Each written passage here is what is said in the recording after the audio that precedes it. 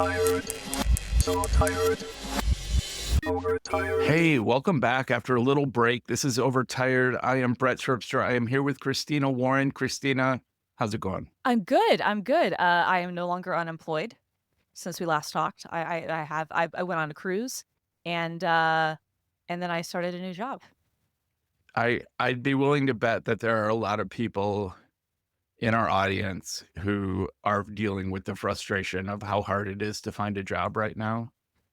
So everyone's jealous of you, just hopping around between jobs like people used to in tech back No, I before feel very jobs got fortunate. so hard to get. No, look, I don't in any way like I'm incredibly grateful. I my new job is I am working in developer relations at Google DeepMind. So that was the job that I took, and I'm really excited. It's been a couple of weeks since I started. There's a ton to learn, a ton of new processes but there's a ton to learn in both ways, both about the company and how they work compared to what I've been doing the last 3 years at GitHub, and then culturally kind of, like 5 years before that at Microsoft.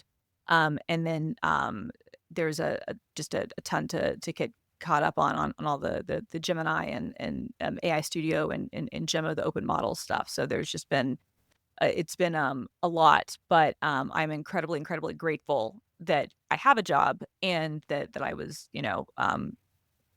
I guess, like, able to do, like you said, kinda like the traditional job movement kind of thing, Yeah. so Did you know that while unemployment is still pretty low, it's a lie. and it was like record low a couple years ago, but it Yeah, doesn't but that was a matter lie. because but Underemployment. Yep. job hiring is actually at like Great Depression rates right now. Like there's a job freeze out there, and I know I felt it. Like Mhm. I'm ready to look around, but the more I look around and the more I do like initial interviews, the more I realize like I just don't have a lot of options right now. And I'm grateful that I have a certain amount of stability with my job right now. We'll see how long that lasts. Yeah, I mean, the only thing that I've kind of, like, come to terms with over the last, like, few years is it's like, the only certainty is that there is none, right? Like, the days of stability, I think in big tech, like, regardless of, like, where you are, like, is gone, which is sad, because that was obviously, like, Oh, a it thing used to that be. Yeah. it used to be I a can thing, right? barely And then remember that, but it used to be like, if you can get a job in tech, you're set. totally, and I was one of those people where I was just like, "Oh, man," like, I felt like I kinda missed the wave a little bit because, like, I went from an industry that did not have job stability, and then, like, I had, like, a good 5 years or so, and there was some, and then, like, it hit, and it's like, there is not anymore.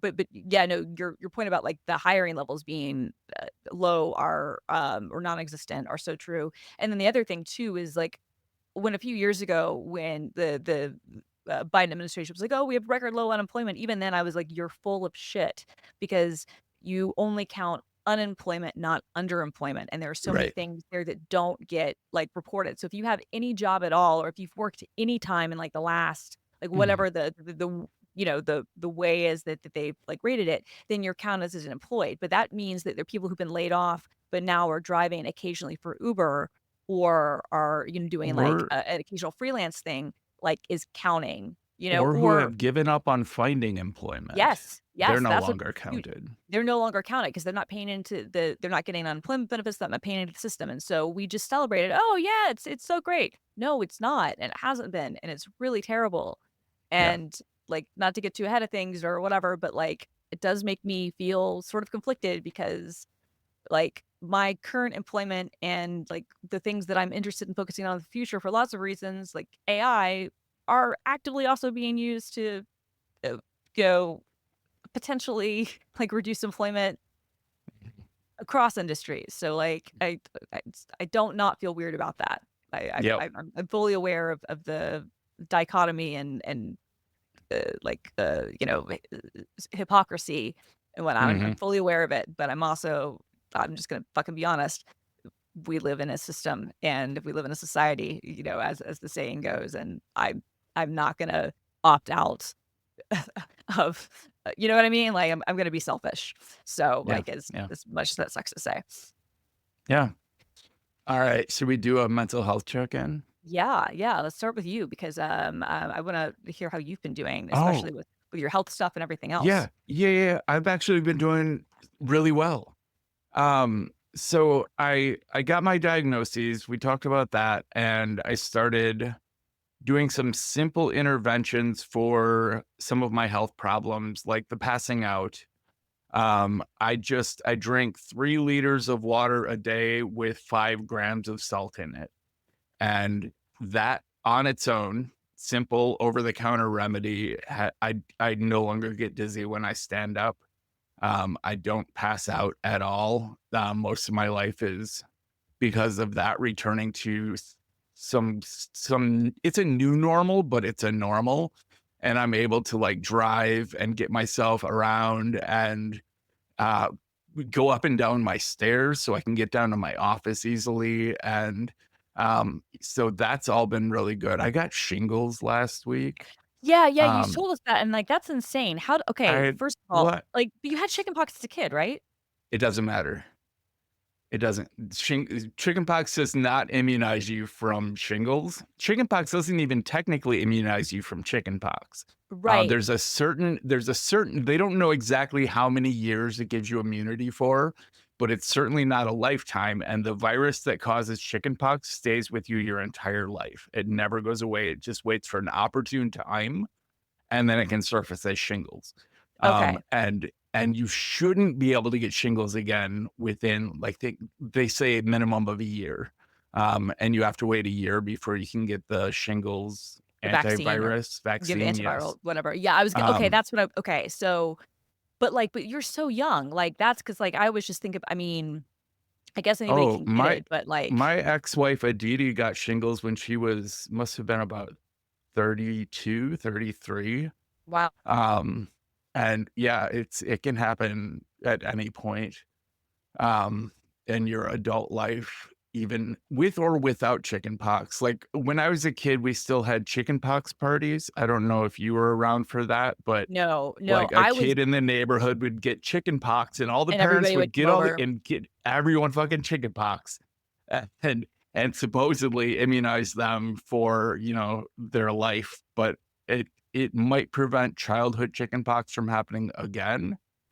But since it only happens once, why force it on anyone? They don't do that anymore. Nobody does chickenpox parties any. No, no, no, no, so I was, like, right at the era when, like, there was the vaccine, but I still got it because this girl in kindergarten, Brandy, her dad brought her in, and I remember this because I knew, like, there was something wrong and, like, she was kind of sitting, like, she was sitting near me, she was, like, using my crayon, and I was like, "Brandy's sick, and I'm gonna get sick," and I think, like, the dad was, like brought her in, like, didn't know, I think she might have chickenpox or something, and I don't know if he said that, I just remember knowing that she was not well and that she was using my crayon, and I was like, "I'm gonna get sick," and yep, that is how I got chickenpox, like, that is I know it. That is how I got chickenpox. I woke up, like, on a Saturday, and I had, like, something on my face, and I still have a little scar, and it was, like, the first one, like, on my chin, and I was, like, picking at it, and I was like, "Why do I have a pimple?"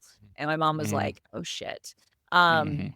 and I might have given it to the next door neighbors, but this was, like but it was that weird time because the vaccine had just come out, but because I got it, like, naturally, it was, like, too Yeah. late.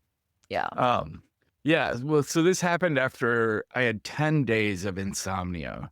Over the course of 10 days, I got like a total of 15 hours of sleep, maybe 18 hours of sleep over 10 days, which comes out to, less than 2 hours a night.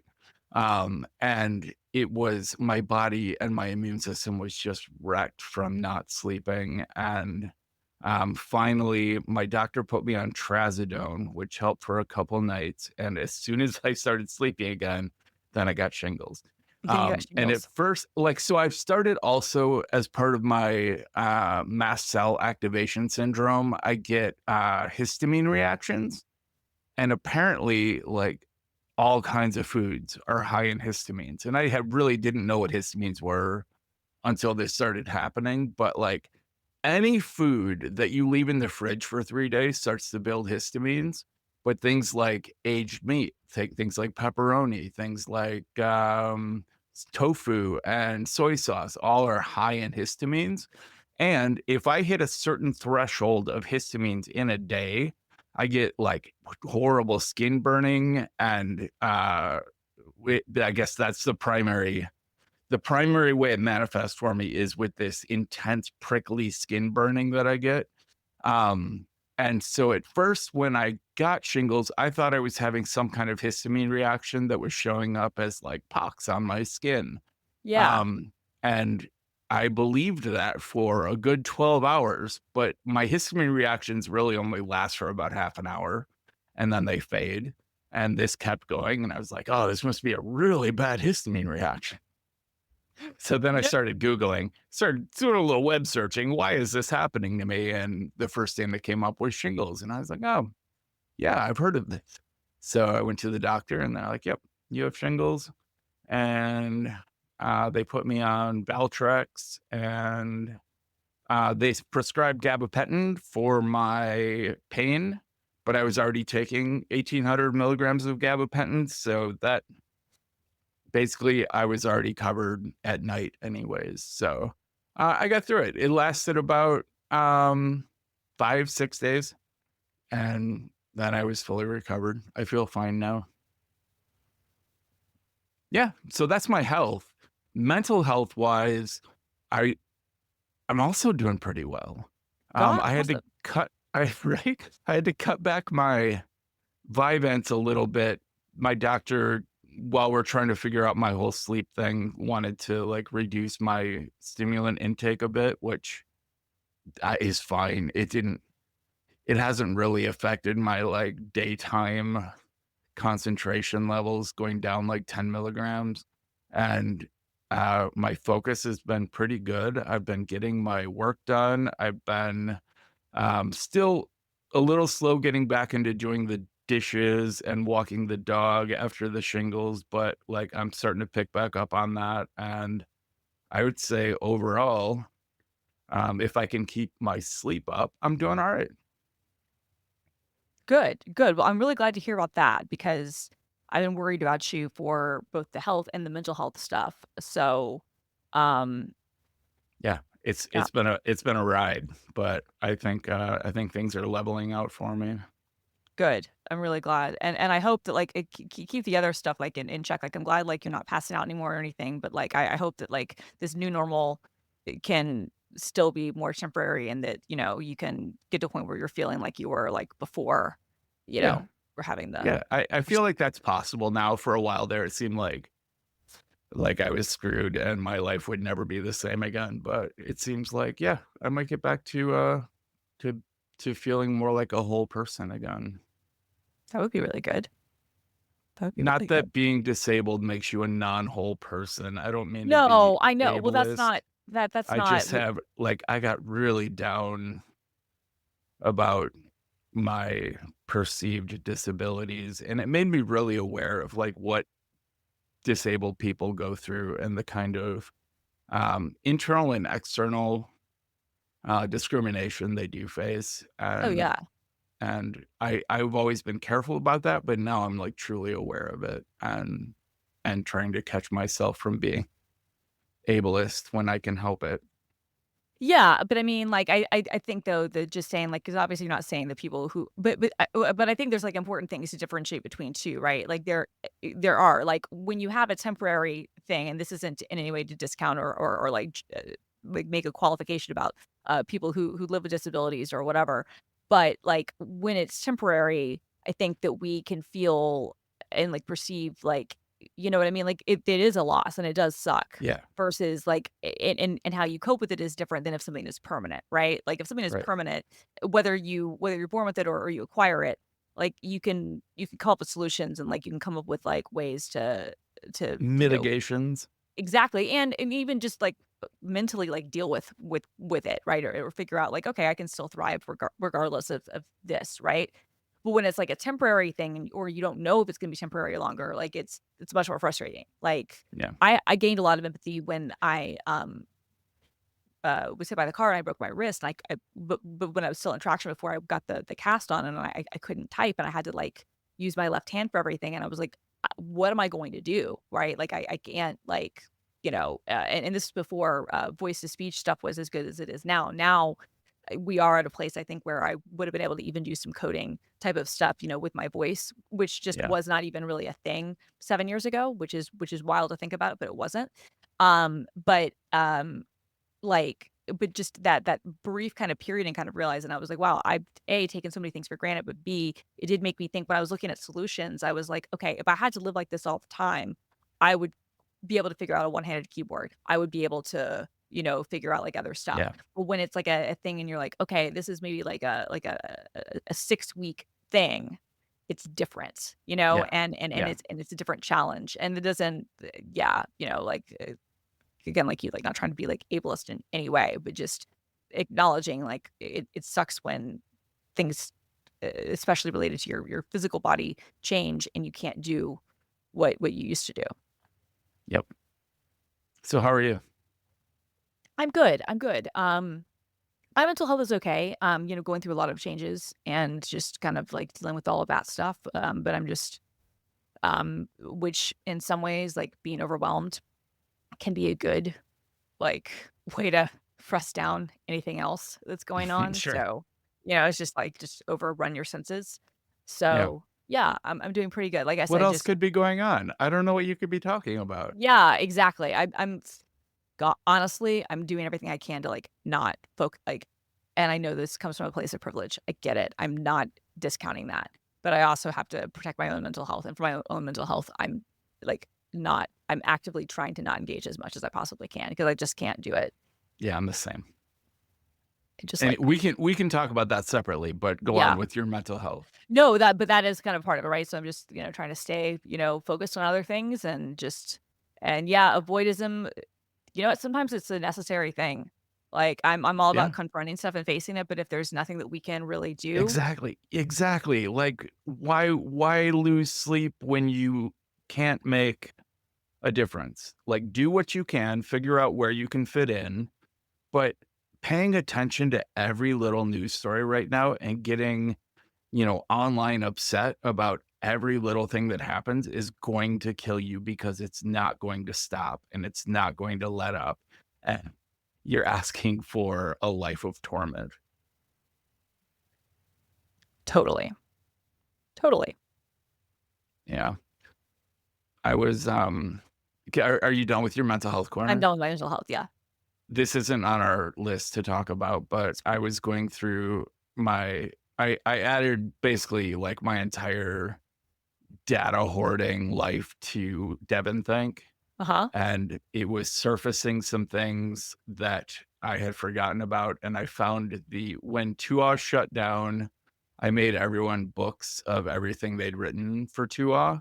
So nice. Um, I think I have yours somewhere, but I really only kept track of my own, and I was reading through it, and man, I was actually a pretty good writer. I don't know Yeah. what happened to me since then, but You're a great writer. I think I I don't like remember writing any of those words. if you have mine, I would love it. Like, if you're able to ever come across it, I would like Yeah, that I'll would see that what would I be can dig amazing. up. That would be fantastic. But because I would just love to go and see like early Christina writing. It's always so funny because writing is one of those things that like you really do. It is a muscle, and it is one of those things that you can you get better at it the more you do it, but you can also get like rustier, like if you don't do it all the time or if it changes. And I noticed that even with myself, right? Like I don't write the way that I used to, and I can get it back, I feel like, but Yeah, it's not like if I was to go back into the thing where they're like, you need to write this number of posts a day or this number of things a day, I could do that, but like it would take me at least like, a few weeks, a I few feel weeks, like a month. it's Yeah, I was thinking yeah, a month. a month to like ramp up again. A month of Um, exercising that muscle every day and getting back yeah. into it. Yeah. Well, this is why, like, honestly, maybe this is a thing I need to like make myself do like for my own mental health is I used to like journal or at least write for myself like every day. And I haven't done that in years. And I feel like that would be a good thing. For a long time, like Twitter and social media and things like that, even though it wasn't long form, was at least still a way to like write and express and kind of exercise that a little bit. But all of that is such a cesspool and hard to, you know, Yeah. navigate. Like where do I post and where are my people and all of that that I'm just like And yeah, I am still on Twitter or X or whatever, and that is largely for work reasons. And no, I'm not going to apologize for it, and I'm not going to defend it. It is what it is. Like, we all have things that we have to do, and if people are unhappy with me for that, I respect that. I try to be on some of the other platforms too, but it just sucks because everything is, dispersed I and I different. held out on Twitter for quite a while. I just deleted my account last week, because I had checked it a couple times over a few month period, and I was not getting any DMs. Like, the reason I was hanging on to it was mostly Right, because I used to get, like, marked tech support questions, via DM there, and sometimes, like, press inquiries and sponsorship inquiries and things like that via DM, and that was not happening, and, I wasn't active there anymore. right. I I mean, I at that point, I there's no kinda reason to wanted be to. there. The only reason I would have kept my account there is so that no one else could take my handle Mhm. and make fake statements on my behalf. I Right. don't know that I'm a target for that kind of thing. I don't think I'm popular enough for that to be a concern. So I couldn't in good conscience maintain any presence on the platform anymore, and no judgment. Like, I don't No, care no, that no, you're and on and it. and That no, doesn't no, bother no, me or no, anything. and I don't feel judged in that way, and I respect that. Like I said, like, I feel like if that's people's, like, thing, like, that is, I completely respect that, and I wouldn't tell anybody, like, "Oh, well, that's, you're, invalid for thinking that, or your morality should be focused on more important things." Like, that's not at all what I think. I'm like, you that's how you feel, and if you're not getting anything out of it, you shouldn't be someplace. Like, even putting the morality stuff aside, and I don't think we should, but even putting that aside, if you're not getting anything out of someplace, like, you don't need to be there, right? Like, if people Yeah. aren't, if your people Yeah. aren't there, and if it's not same If you're not thing. getting anything out of someplace and it's actively toxic. Right, right, then then Yeah. then, like, then fuck it, right? And I certainly don't get out of it what I once did, right? But there are reasons that I have to be there, and so that is fine, for me. But it sucks though, just because it's like, again, like, all the platforms suck in their own ways, and, you know, oh, we have to kind of, and if you have people who are everywhere, then it's like you have to replicate things everywhere. Like, even just when I announced, like, that I was changing jobs, I had to, like, do it, like, on 6 different places, where before, like, I could just, like, pen a tweet, and Yeah. be like, "Okay, everyone knows." Um, it is what it is, but I keep I keep forgetting about LinkedIn in all of this, and, like, as much as I don't wanna think LinkedIn matters it does, unfortunately. for my circle and my tech job and all of that, like, I log into LinkedIn and I'll always have, like, 40 to 50 messages waiting for me because Same. I haven't checked it for, like, a month. Same, and that's Um how I feel. I'm terrible with LinkedIn, like, and I know it's important, and I know I should be, like, more active there. I can't. course, out of those 50 messages, like 5 of them will just be LinkedIn trying to sell me on LinkedIn Premium. Yeah, and I pay for LinkedIn Premium. Well, okay, so Microsoft gives employees a 75% discount. So it's like Mm, $20 a month.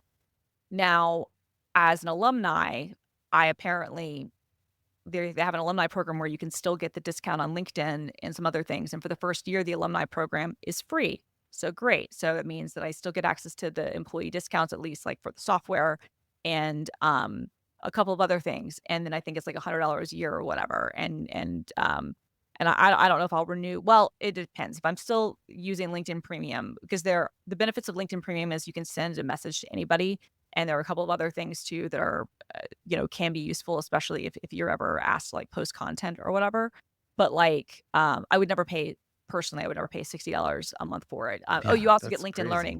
Learning, which is valuable. So that's like lynda.com, but, like, a lot of, the library, I think most public libraries have deals with LinkedIn Learning. Pro tip, if you're wanting to, like, get really good training courses and whatnot, check with your local library and see if they have a LinkedIn Learning subscription. They probably do, in which case, Oh, that's cool. you get access to a ton of stuff, because LinkedIn Learning is actually a really great resource. But, like, I would personally not pay $60 a month, but $20 is, different. And I was not able to expense it before. If I'm actively using things in the new role, I might be able to. I don't know. And but regardless, $20 is a much different like calculation. Yeah. So, like that's fine. But yeah, so I don't get those, but I get like a lot of, and I'm sure you get this too because you work at a big tech company. Like you get lots of people connecting with you because they want, and I completely understand, but they want jobs or they want advice on how to get a job or other stuff. And I'm like, Yep. I don't know how to help you, especially if you're in Yeah. another country and we've never met. Like I don't know how to help you, Yep. I do know. All right. I want to tell you about my new AR glasses, but first I am going to take a sponsor break. Fantastic. This episode is sponsored by Incogni, a cutting-edge service designed to safeguard your personal data. Did you know that data brokers collect and sell your sensitive personal information? This leads to unwanted spam, identity theft, and a loss of control over what's shared online. From people's search sites to targeted scams, the risks are real and they're affecting lives every day. But there's good news. Incogni automates the removal of your personal information from these data brokers. With just a few simple steps, you can create an account, allow Incogni to act on your behalf, and receive progress updates while they work their magic. Incogni automatically contacts data brokers on your behalf to request the removal of your personal data. This seamless process ensures that your information is continuously monitored and stays off the market, significantly reducing the risk of spam, scams, and identity theft. And this is not just a line. I've actually been using Incogni for almost a year now, and the results have been great. I've been taken off over 200 lists and sites in that time, and they keep spotting new places my data is exposed as they come up and removing it for me automatically. I'm a very happy customer. You can get an individual account for yourself, or with Incogni's family and friends plan, you can extend the same robust protection to up to 4 additional family members.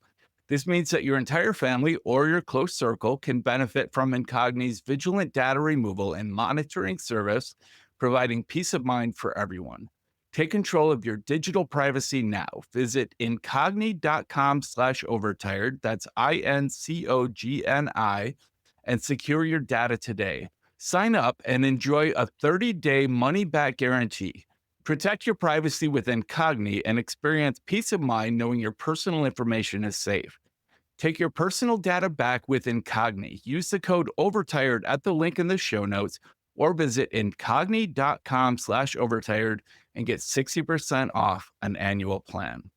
So I've been working on, I got my new M4 MacBook Pro, this time with 2 terabytes of storage instead of the mistaken 256 gigabytes Right. of storage that I had gotten. And 2 terabytes is the right amount for me. Like I immediately filled up about 1 terabyte of it, and now I have 1 terabyte of like room to breathe. So I'm pretty good with that. It is so fast. I got the M4 Max Pro. It's the Pro, and it's 10 cores and 48 gigs of RAM, and it is so nice to work on that I actually have been neglecting my M1 Studio. And that has meant on my Studio, I have 2 32-inch monitors that I was really used to. And at first working on a laptop, even 16-inch laptop screen seemed very confining. Yeah. But I got really good at using spaces and full screen apps, which I had never appreciated before. And then I just yesterday got a pair of Viture. It looks like Virtue, Viture. It's Viture. They're not even AR, they're VR glasses, but they I think they just call them look like, XR or something. what does that even mean? I don't know, like, Extended reality? yeah, I can't remember what the XR stands for. Yeah, I think Yeah, extended I might be think you're it, but yeah. correct though. And they look like a pair of Ray-Bans. And like I own what's the metal one? Oculus. I own an Oculus, and it's okay, but it is ungainly and it can't connect to your Mac. Right. Like you can't use it as an external display on your Mac. So that's what intrigued me about the Viture glasses is they're like $400 and you can set up multiple desktops in the glasses for your MacBook, and they connect over a USB-C port. And so sitting at my MacBook, I can see through the bottom of the glasses. I can see my keyboard and my trackpad if I need to. And then right now I have it set up to have 3 desktops. And I can pan left and right to see all 3 desktops at once. And I am pretty impressed. I think it's a little jittery compared to like the Oculus, and I'm certain compared to like Vision Pro. the Vision Pro, but It's a for tenth of the price. $400, it does the trick. Yeah, I mean, let's put this in perspective. Yeah, I think like the price for because I'm looking at their website right now, it's $459, but the limited time offer is $50 off, and I bet that limited time offer has been the limited time offer for a while. And probably will be, yeah. Correct, right? So you're talking about like the $410 before, tax or whatever. And they're claiming 135-inch, 120 hertz full HD display. So that's obviously going to be lower resolution than the Vision Pro, but the Vision Pro starts at $3,500, but like that's only going to give you like I think like the smallest amount of storage. So if you want anything decent, you're starting at like I think like 3,700, and then you've got to add in getting the right strap, because the straps that come in the box are garbage. So you've got to get the Belkin strap, and you've got to get like some other things, and you probably want extra. You know what I mean? By the time you get tax involved, you're spending over $4,000. Period. Yeah. End of story. Unless you live in a tax-free state. So it's 10 times as much. It's 10 times as much, and and there are no apps. So your experience is pretty limited. Whereas this, now, is there an app that you use with it? Like, is that what controls? Yeah. Okay. Yeah, it has this app called Spacewalker, and it pops up and it asks for screen recording permissions, and then it gives you a menu of like one display that is basically just a mirror of your desktop display, or any up to like 6 stacked displays. And the only one I've tried so far is the 3 horizontal configuration. And because that's pretty much the way I usually set up my desktop, like in IRL too. Right. Yeah. So yeah, So- it's working. Yeah, I'm like looking at it because I'm actually kind of interested. There would be And some it's work. great for watching movies on your iPhone, and I'm Well, that's gonna what love it when I travel. Well, that's what I was thinking. I was like, I was thinking for movies, it could be really good. And I was also thinking like, I'm looking at the website, like they have like it showing it with the Steam Deck, and the Steam Deck, I feel like that would be a really perfect like way of getting, I mean, Yeah, connected to it and would with be a Switch, better. it's supposed to be really good with a Switch too. Yeah. I have to say, like, sorry, go on.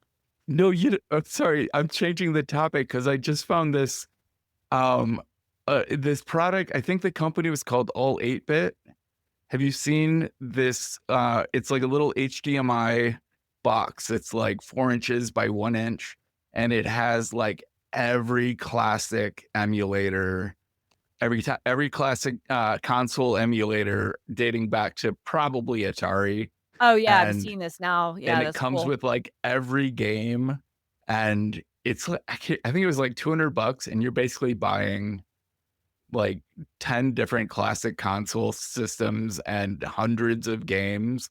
And I'm not a big like gamer, but I do have nostalgia for Yes.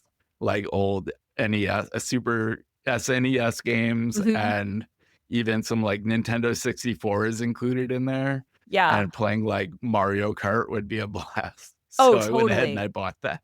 Oh, Haven't gotten it yet, but I bought it. No, I'm interested to see what it is. I mean, I have a feeling like you need to like look at the specs of a feeling like I know like there are a lot of these types of boxes out there, but this one's cool like in terms of it coming with the controllers and obviously and the cores, which is what the systems are known as, being installed, and then But I've been using this thing. So there's, are you familiar with the uh, the Mr. FPGA program? I guess like a project. No. So Mr. Or known as like Mr. FPGA, it's basically like an open source project that like will recreate classic gaming consoles, but it will do it on an FPGA based hardware rather than emulation.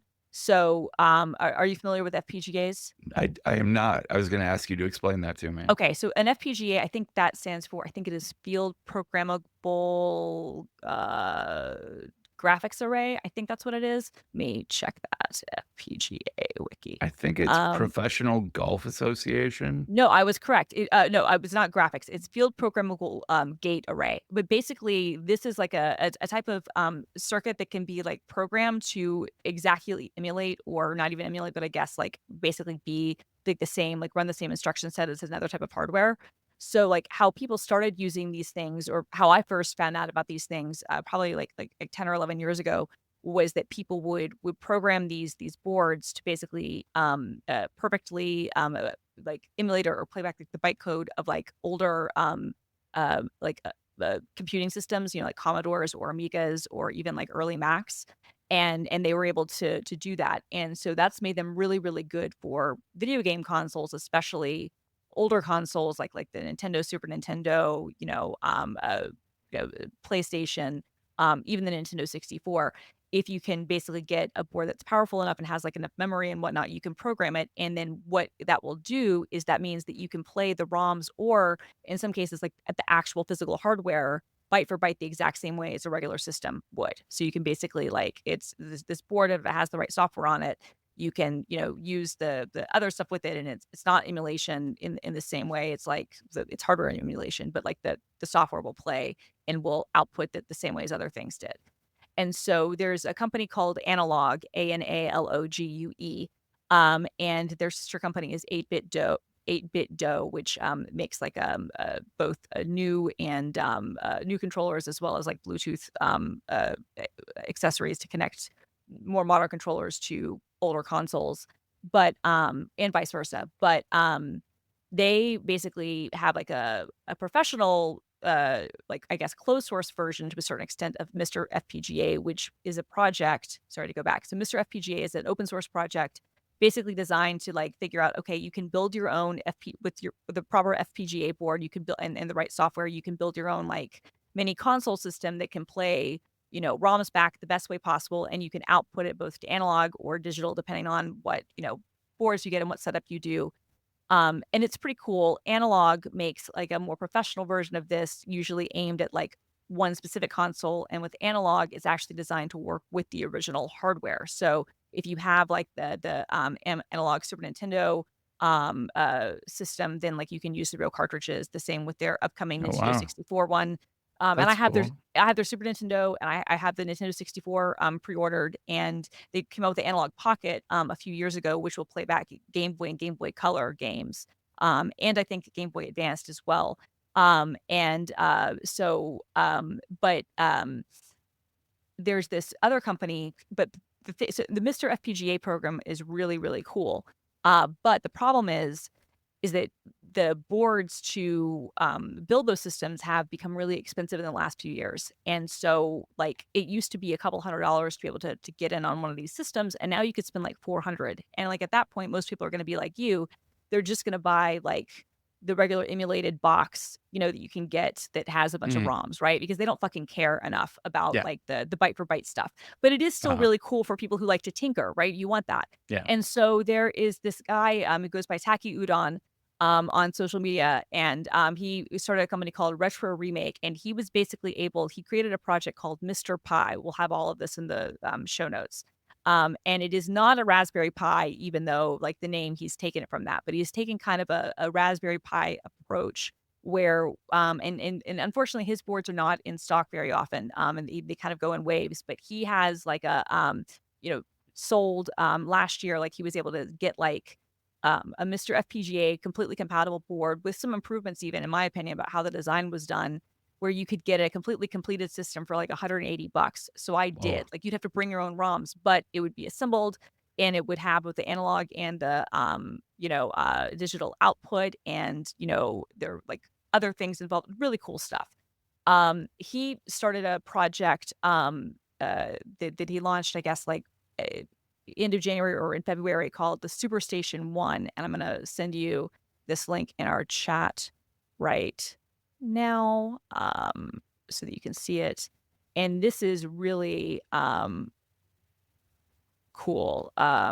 It is um, like he's calling it. He's basically, this is his take on the analog consoles. So he's calling it the the Superstation 1, and he's calling it the world's first affordable FPGA gaming console, a recreation of the best console of the 90s, open source from day one. So all this is very different from the existing thing. So he's made it look like a PlayStation, Yeah, specifically PS1, and actually the redesigned PS1, but it will work with any of the other systems and cores. And then he's also going to have a dock that he'll have available, that will play CDs. So you could even use like, like your old like sure. discs or burned or ROMs or whatever. But For $180, that's nuts. yeah, this guy is incredible, the stuff that he's been able to put out. And like I have to say, I got my Mr. Pi last year, and it was great. Like I bought it kind of on a whim, and I was just like anyway, he's like one of the few reasons kind of like worth using Twitter, because like he's active on Sure. Twitter and stuff. But like yeah, so this could be a rabbit hole for you. I think you're gonna love the system you get, and I want to hear a review on it. But if you find yourself liking it and want something like maybe that goes to the next level, like maybe consider getting one of the like the retro station, the Superstation Yeah. 1 rather. Yeah, that looks super cool. Yeah. Really slick. Nice. All right. Well, that was a diversion from anything we had planned to talk about. All right. So let's do a gratitude. Do you want to kick off? Yes. So this one, and I don't think we've mentioned it before. I actually bought it when it first came out, but now it is available on SetApp. So Sindra Sorhas, who we've talked about before because he's just like epically like prolific with his GitHub profile and releasing open source apps and free apps, and he makes a lot of like Mac apps too. He has two things that he's released recently that are cool. The first is one called Shortcutty, which is a Mac app that is basically like a shortcuts app for Mac. So like you can do it's similar to Actions, which is his iOS app for iPad and iPhone, that will like give you more functionality for the shortcuts app. But Shorty or Shortcutty rather, Shortcutie, I guess is probably the way it would be announced, which is cute. It's like $8 to get it from Gumroad. It's not in the App Store, but it's a Mac app, and it'll like basically include pre-done actions where you can like get selected text or clear notifications, or open an app in something else where you can like pass across like a URL, or create a new instance or whatever. You can hide all windows, quit all apps. Like a lot of these things you can do in other utilities, but this is all just with shortcuts, which is pretty cool. So, but Shortcutie is not the one I'm talking about. The one I'm going to talk about is Supercharge, which is also a Mac app. It is also paid. I bought it, I guess when it came out, but it is now available on SetApp, and it's a menu bar app that will basically just be able to do quick actions to just do a ton of different things. Some of them are similar to some of the things in Shortcutie, but a lot of them are, like, you can like show the markup tools by default, in your screenshot preview. You can, copy, the message link, from within Mail, toggling, night shift or true tone mode, toggling the low power mode, stuff like that. And so it's Close and minimize and hide and quit apps directly from Mission Control, which is, for someone who's just getting into spaces more. mhm. It's awesome. Yeah. Yeah. So this is a pretty great app. And it came out, I think, last fall. But as of end of January, I think it's now part of SetApp. So Supercharge. It's like I said, like I've been I bought it when it came out. And I've been like really I've been really happy with it. But also I just think that Cinders's work is really, really good. So Yeah. that is my gratitude. That's awesome. I linked this app in a web excursions a while back, before setup, I think. Before it was on setup. I mean, Yeah. not before setup itself. But it at the time when I looked at it, it was very impressive in its scope, but pretty much everything it did, I already had like my own hacky ways of doing. And I didn't see a need to replace all of them. But it looks to me like it has expanded since then, and I'm seeing a lot of features on here that I could actually make good use of. So Hmm. nice pick. Thanks for bringing it back up for me. Yeah, no problem. No problem. Since you kind of did too, I'm gonna kind of do two. Yeah. Um, so quick mention. There's this app called Kind of Him. Have you seen Kind of Him? No, I haven't. It's a little utility that can bring Vim keyboard shortcuts to any app on your computer. So for me, you can trigger it multiple ways. I have it so I hit J and K at the same time, and my screen dims except for the foreground window, and then all of your Vim movement keys work. And so like in Finder, if I'm at the bottom of a list of files and I want to jump to the top, like there's no keyboard shortcut in Finder to do that. But if I hit JK and then hit GG, which is top of page for Vim, it jumps to the first selection in the list. And then I can use J and K to go up and down.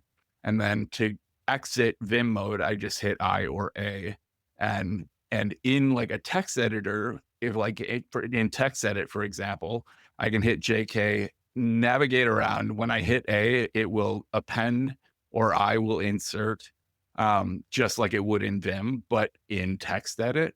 And it's very cool. It's like, I think $2 or $3 a month to subscribe to it. And I love it. But my actual pick for today is ReadWise, Yes. which is a service that it's $10 a month, I think. And it's basically you load in like RSS feeds, you It, forward it, emails to it. it's a read Go it ahead. later app, but for everything. Yeah. Like it's your Yeah. it's like Instapaper and Pocket and RSS and like your ebooks. Like And it's EPUB reader exactly like it's and like it's everything. It's really good. and you can, while you're browsing the web, you can have the ReadWise extension. So on any web page you're looking at, you can turn on the extension and then use your cursor to highlight passages in the web page, and then view that page and its highlights in ReadWise. Well, their app is called Reader. It's the ReadWise Reader, but that's the ReadWise service, and then Reader is the interface for the service. And $10 a month seems steep to me at first because I was also just getting into DevonThink and was Hmm. kind of trying to use it as my Read It Later app. But ReadWise, the reading tools in ReadWise are just so handy, and I find that highlighting passages helps me retain it. And then it has built-in reviews for your highlights. So at the end of a day, it can send you like your top 5 or 10 highlights, and you can review them. And then you can even turn them into flashcards that'll come up at intermittent periods. To like, if there's a piece of information that you really want to retain, you can turn it into a flashcard that's either fill in the blank or Q&A. And I've just started using this feature, and it's really helping me. Like when I read something and I'm like, it would be really good to remember that next time I'm in a debate on this topic, I'll like turn it into a flashcard and like start building up actual knowledge for myself, which is hard as an ADHD person to retain all of that information. I know, Christina, you're fantastic at it. I am not. So this is really helping me. No, And well, look, the thing is I have to like work at it. Like it helps me to like I've been doing Duolingo for the last yeah, 114 days. And I haven't missed yet. I haven't had to like, use their thing where repair. I haven't had to use like a repair thing. But I did have to like use gyms or whatever because I got kicked out of the Diamond League because I didn't like actually use it enough to get enough points one week. And I was like, I don't want to lose my status. But no, but trying to learn French has kind of taught me like yeah, I'm really good at retaining information, but trying to go through a language especially, it's like one of those things I'm like, no, you need repetition. You need like to be reminded. Yeah. And like that's really great. Like when you can have that can be like, oh, okay, this can become like, Anki, like flashcards or whatever to like get that kind of rote kind of stuff. Yeah. And for anyone who goes down a similar path to mine, where they're into DevonThink but also love ReadWise, I do have a script. You can find it on my blog that will import every day your ReadWise highlights, and it'll download the markdown version of the article you highlighted. It'll highlight your highlights in the markdown file in DevonThink and append all of the links to your highlights, your notes, and your tags in the annotations on the file. So I get the best of both worlds, and I can search and collect all of my important articles in DevonThink, but without having to think about it. I just use ReadWise. I highlight my text, I tag, I add notes, and then it just shows up in DevonThink for me. So that's not my pick, but ReadWise is my pick. Yeah, no, ReadWise is awesome. I've been using it since it was like in beta the first time. So I think I'm like on legacy pricing, which is not that much cheaper. I think it was like the equivalent of $8 a month instead of 10. But I'm charged annually, so it is what it is. But I agree with you. Like when I first heard about the idea, I think it was in Mac Stories. I think Mac Stories wrote about it early on about Reader. I think ReadWise was out first, but they wrote about like the Reader option or like the thing that was going to be created. I was like, okay, this actually sounds like everything I've wanted from like an all-in-one kind of reading service, because my problem has always been like I used like Instapaper for years. I might even still pay for it. God, I really need to use Rocket Money or whatever to go through all of my recurring subscriptions on stuff. But I would have to have like multiple tools to try to do everything. Like I have Penboard and I have, Instapaper and I have my ebook thing and I have all this other stuff. And I'm like, and you have RSS. I'm like, can't I just have it like everywhere? Right? Like one thing, which Yeah. yeah. Yep. I have all my RSS feeds are in there. Email newsletters that I actually want to keep track of, I redirect. I have MailMate redirect them to my ReadWise email account. I dump EPUBs in there that I want to easily mark up and memorize. Pretty much only like nonfiction stuff. I'm not like reading fiction books Same. in ReadWise, but for like the book on DevonThink from Take Control Books, I put into ReadWise and used that to highlight, because I want to do a talk on DevonThink at MacSuck this year. So like stuff that I wanted to like make sure I remembered about DevonThink as I read it, I highlighted it, and now they get surfaced as flashcards for me. So I'm memorizing DevonThink via ReadWise. It's fun. I like it. All right. Well, it was good to see you. I don't remember how long it's been, but It's been like a month. I think a It month. was, no, a month. no, it's been like 6 weeks. Oh my God. It's been 6 weeks because it was, yeah. Or And 5 weeks. Anyway, regardless, it's been a while. Barring major catastrophe, we will be on for weeks in a row now. We have sponsors rolling back in for this quarter. And we will be financially obligated to keep the show going. So thanks to all of our listeners for your support. Go click on sponsors, buy stuff. It makes us look good. It does. Click around. Yeah. Please. No, but seriously, Incogni is awesome. Incogni is awesome. I was I gonna get say, my reports from Incogni, like 137 new services contacted. Well, no, I'll disclose, even though like Brett did like the ad read, like they did give me like I guess, account to like try it out with. And I'm usually pretty good at being able to find some of this stuff and like send out things to have things removed. Like I actually have mine pretty locked down, at least through the major data brokers. However, like this found things that I definitely didn't want out there, like phone numbers. Like my phone number is my main thing. Like emails, I can't do anything about that, right? Address, I don't love, but like it is what it is. But like my phone number, I really don't want that out there. And yeah, I found a bunch of things and I was like, okay, this is really useful. And I, having gone through personally, like how much time to try to scrub things from systems before, like, and the thing is, you can get it from one, at one point, and then it might show up again like a year later. Yeah. So Yeah. it's nice that it Well, just and continues to do it for you. we're not getting paid for this No. part, but I will say that since I started using it, my volume of spam phone calls has gone to 0. Like, I get some stuff from, like, Amazon Business, trying to sell me on, like, seller accounts and stuff that I just have to, block, because Amazon has my data and they're not letting go of it. But like random spam calls, I don't get it all anymore, and it's very nice. Yeah, All totally right. agree. Well, good talking to you. Good talking to you too, Brett. Hope we continue feeling better and get some sleep. Get some sleep. The system is going down now.